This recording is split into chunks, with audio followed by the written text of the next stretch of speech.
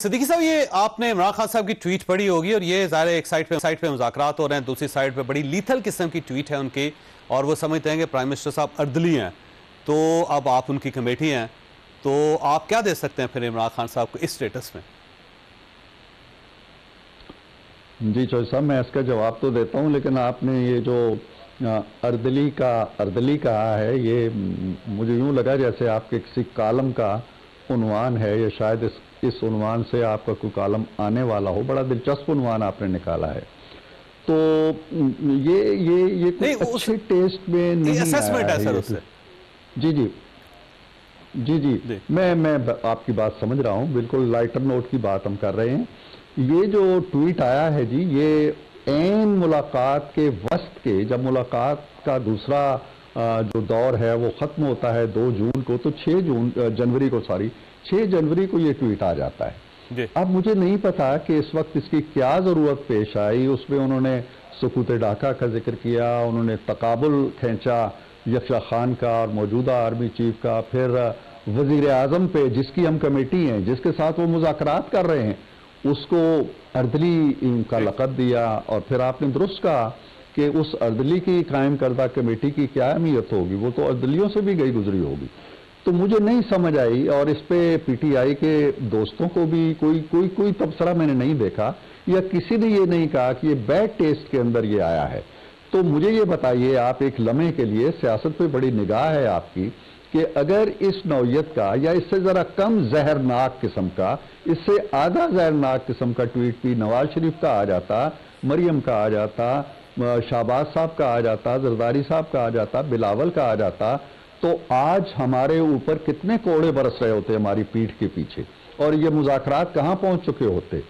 تو خان صاحب کی طرف سے اس طرح کے ٹویٹ کا آنا، میرا خیال یہ ہے کہ مذاکراتی عمل کو نہ تو ملاقات نہ ہونے سے اتنا نقصان پہنچے گا، نہ کسی اور چیز سے نقصان پہنچے گا۔ یہ ٹویٹ ایسا ہے جس کے بارے میں ہم نے کوئی رد عمل نہیں دیا، ہم نے یہ نہیں کہا کہ اس طرح کے ٹویٹ آئیں گے تو ہم بات نہیں کریں گے۔ مجھے یقین ہے کہ اگر ہمارا ٹویٹ ایسا آتا تو وہ یہی کرتے، لیکن ہم نہیں کر رہے۔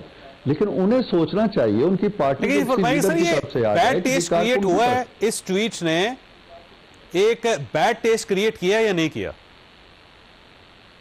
بالکل کیا ہے۔ ہم اگر نہیں بولے ہیں یا نہیں رد عمل دیا ہے یا نہیں احتجاج کیا ہے تو صرف مذاکرات کی خاطر کہ اس کو نقصان نہ پہنچے، لیکن ہمارا رد عمل نہ آنا یا ہمارا احتجاج نہ کرنا یا ہمارا اپنے وزیر اعظم کو اردلی کے لقب دینے پر بھی خاموش ہو جانا، اس چیز کی علامت نہیں ہے کہ ہم نے اس کو محسوس نہیں کیا ہے۔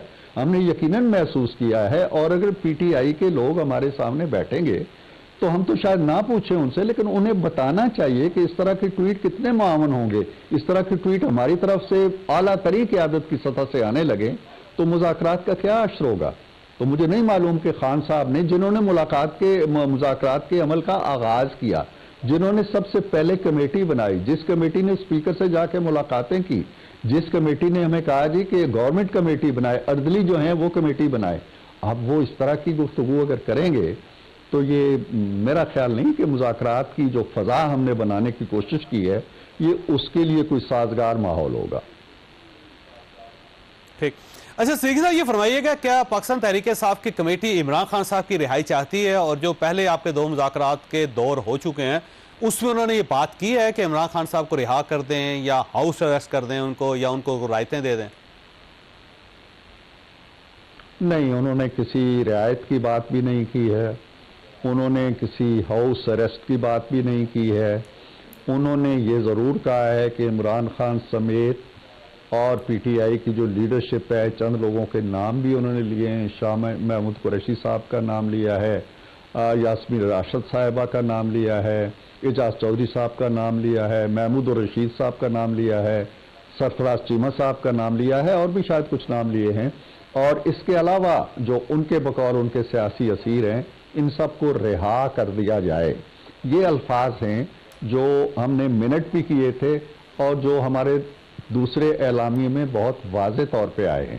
اب باہر وہ تشریح اور وضاحت تفسیر اس کی وہ یہ کہہ رہے ہیں کہ ہمارا ہرگز یہ مطلب نہیں ہے کہ حکومت کوئی ایگزیکٹو آرڈر جاری کر دے یا ہمیں کوئی این آر او دے دے۔ ہم یہ کہتے ہیں کہ جو عدالتی عمل ہے اور جو جس عدالتی عمل سے ان کے لیڈر گزر رہے ہیں ان میں رکھنے نہ ڈالے جائیں. ضمانتیں ملتی ہیں تو ضمانتیں ہونی دی جائیں, کیس پہ کیسز نہ بنائے جائیں, یہ اس کی وضاحت کرتے ہیں. تو اسی لیے ہم کہتے ہیں کہ وہ تحریری شکل میں جب دے دیں گے تو معاملہ واضح ہو جائے گا, اور اس کی روشنی میں انشاءاللہ پھر حکومت اقدام کرے گی جو بھی کر سکتی ہے. اچھا یہ فرمائی سر, یہ اگر نیکسٹ میٹنگ ہوتی ہے اور ان کی طرف سے تحریری طور پہ یہ دونوں ڈیمانڈز آ جاتی ہیں, تو کیا فردر ڈیمانڈز کریں گے آپ کہ ٹھیک ہے جی جن اسیروں کی آپ بات کر رہے ہیں ان کی ایک لسٹ دے دیں ہمیں بنا کے کہ جناب یہ لوگ ہیں جن کو آپ چاہتے ہیں کہ رہا کر دیا جائے, اور اگر آپ جوڈیشل کمیشن چاہتے ہیں تو ان کے TORs بنا کے دے دیں کہ اس فریم آف ورک میں وہ ورک کریں گے. جی بالکل درست فرمایا چوہدری صاحب آپ نے. دیکھیں نا کہ ہوا میں تو تیر چلے گا نہیں. بات یہ ہے کہ اگر ہم کمیشن پہ آ جاتے ہیں تو کمیشن کے کچھ TORs بنیں گے, طریقہ کار بنے گا, اس کے اختیارات واضح ہوں گے, اس کی اتھارٹی واضح ہوگی, اس کا سورس کون سے قانون کے تحت ہم بنا رہے ہیں وہ واضح ہوگا. کچھ چیزیں ہم چاہیں گے, کچھ چیزیں وہ چاہیں گے, اور وہ اس کی TORs کا حصہ بنے گی. تو ایک عمل ہے نا, ایسے نہیں ہے کہ وہ کہیں گے جی کمیشن بنا دے. کمیشن تو ایک ویگ ٹرم ہے نا, کمیشن بننا اور اگلے دن ہم کہہ دیں جی ہم نے کمیشن بنا دیا, ایسے نہیں ہوگا نا. جب 40 دن لگ گئے, آج پورے 40 دن ہوئے ہیں چوہدری صاحب ان کی کمیٹی کو بنے, 5 دسمبر کو وہ بنی تھی, تو 40 دنوں میں وہ اپنے 2 مطالبات کو تحریری شکل دینے میں مشکلات پیش آ رہی ہیں, وہ ابھی تک نہیں کر پائے. اور ہمیں اگر وہ ہم سے یہ توقع رکھیں گے کہ جی آپ اگلے دن جواب دے دیں ورنہ چوتھی میٹنگ نہیں ہوگی, تو شاید یہ مذاکرات کے ساتھ انصاف نہیں ہوگا. ہم یقیناً ان کے مطالبات کو دیکھیں گے, ان کی تفصیلات میں جائیں گے, ان کی گہرائی میں جائیں گے. اگر وہ رہائی چاہتے ہیں تو ان کی لسٹ یقیناً ہمیں مطلوب ہوگی کہ کون کون سے لوگ ہیں. ابھی میں آپ کو اس کا مطلب یہ ہوا سر کہ بتا دوں کہ ایک تحریر کے بعد آپ ایک اگلی تحریر کا مطالبہ بھی کریں گے کہ وہ بھی لے کے آئیں, لکھ کر لائیں تاکہ معاملات آگے بڑھ سکے. تو آپ کی طرف سے ہر بار کوئی نئی تحریر مانگی جائے گی, جبکہ خان صاحب کا یہ کہنا ہے کہ جو اگلی میٹنگ ہوگی اس میں اگر آپ جوڈیشل کمیشن نہیں بناتے تو پاکستان تحریک انصاف بائیکاٹ کر دے گی. پھر مذاکرات کیسے چلیں گے سر آگے؟ نہیں دیکھیں نا, خان صاحب کو ہمارے ساتھ بھی تھوڑا سا انصاف کرنا چاہیے. میں یہ عرض کر رہا ہوں کہ جب انہیں اپنے مطالبات کو, جنہیں وہ بہت سادہ و معصوم قرار دیتے ہیں, صرف 2 مطالبات کا نام لیتے ہیں, انہیں تحریری شکل دینے میں جو آج تک نہیں دی جا سکی 40 دن لگ گئے ہیں. تو ہمیں بھی جوڈیشل کمیشن کے لیے کوئی اس کا انداز کیا ہوگا, TOR کیا ہوں گے, وقت لگے گا نا. اب چوتھی میٹنگ سے پہلے وہ اگر یہ چاہیں گے جی کہ نہیں, اگر یہ ہو گیا تو جن چیزوں پہ آپ مذاکرات کرنا چاہتے ہیں وہ تو پھر آپ یہ کہہ رہے ہیں نا کہ یہ مطالبہ میرا مانو ورنہ بات ختم ہے, پھر مذاکرات نہیں ہے. پھر تو آپ ایک مطالبہ لے کے آ رہے ہیں کہ مانو یا نہ مانو, you are with us or you are not with us. یہ تو وہ بات کر رہے ہیں نا آپ کہ آپ مطالبہ مانیں ورنہ آگے نہیں ہم چلیں. ڈکٹیشن ہے نا کہ اگر آپ مطالبات مانتے ہیں تو چوتھی میٹنگ ہوگی. جب مطالبات ہم نے مان لیے, جوڈیشل کمیشن بھی بن گیا, تو پھر چوتھی میٹنگ کی ضرورت کیا رہنی ہے آپ کو؟ ٹھیک. اچھا سر یہ فرمائیے, آپ کی طرف سے بھی کوئی ڈیمانڈ ہے؟ آپ بھی چاہتے ہیں کہ پاکستان تحریک انصاف آپ کی جو ان کی ڈیمانڈز ہیں وہ جب آپ پوری کریں گے تو وہ آپ کی کچھ ڈیمانڈز مانیں؟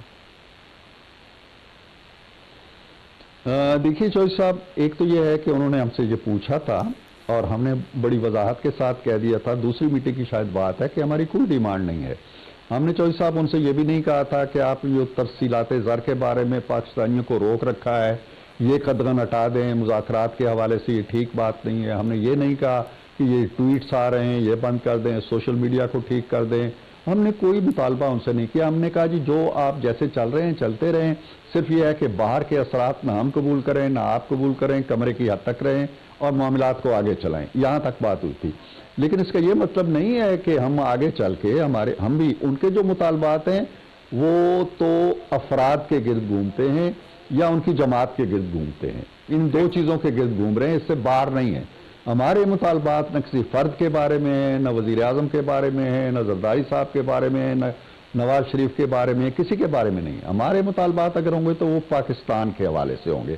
پاکستان میں دہشت گردی ہے کیسے ختم کریں, معیشت کو کس طرح استوار کریں, چارٹر آف ڈیموکریسی کو آگے لے جانا ہے کیسے کریں, جلسے جلوسوں کے لیے کوئی نظام وضع کرنا ہے, کوئی آپس میں مفاہمت کرنی ہے, کوئی ایک ایسا چارٹر بنا لینا ہے, وہ کیسے کریں.